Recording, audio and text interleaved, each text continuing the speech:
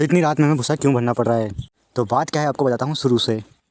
तो पहले तो नेट की जुगाड़ से अपन ने एक सीढ़ी बनाई और ट्राली भरने के लिए हम दोनों भाई लग गए, क्योंकि आज गेहूं की ट्राली भरनी थी और भूसे की भी। तो हम दोनों ने ट्राली भरने का काम चालू कर दिया था और ट्रैक्टर भी लगा दिया था मैंने सीधा एकदम। और ये आइसर 557 जो कि आज जाने वाला है मंडी के लिए। और पहले तो हमने भरती ट्राली और दोनों भाई बारी बारी से ट्राली भर रहे थे। और ट्राली भी थोड़ी सी भराई थी और इसके बाद फिर इधर देखा मम्मी को, तो मम्मी भी कर रही थी काम और हम भी अपना काम कर रहे थे। तो सब अपने अपना काम में लगे हुए थे। और पहले तो मैंने देखा कि मम्मी तो भाई मोगरे लेके मक्की की कुटाई कर रही थी और इसके बाद फिर दाने निकाल रहे थे।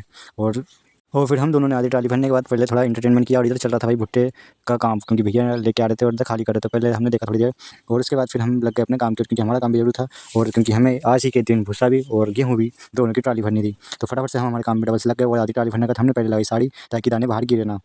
और साड़ी लगाने के बाद अब तो दाना गिरना पॉसिबल है, पॉसिबल नहीं है बाबा, यह पॉसिबल है। और इसी के बाद आज हमारी दिहाड़ी लगी, तो हमने आज रोटी की जगह 2 कचौड़ी खाई। हम मजदूरों को 2 कचौड़ी नसीब हुई और कचौड़ी खा के तो फिर मज़ा ही आया, क्योंकि इसके बाद हमें था और एक और ट्राली भरने का काम। तो फटाफट से कचौड़ी खाई और फिर रात में ही लग गए भूसा भरने के लिए, क्योंकि भूसा भरने का काम रात में ही सही होता है। दिन में तो भाई मज़ा ही ला देते हैं, जो छाड़ देती है।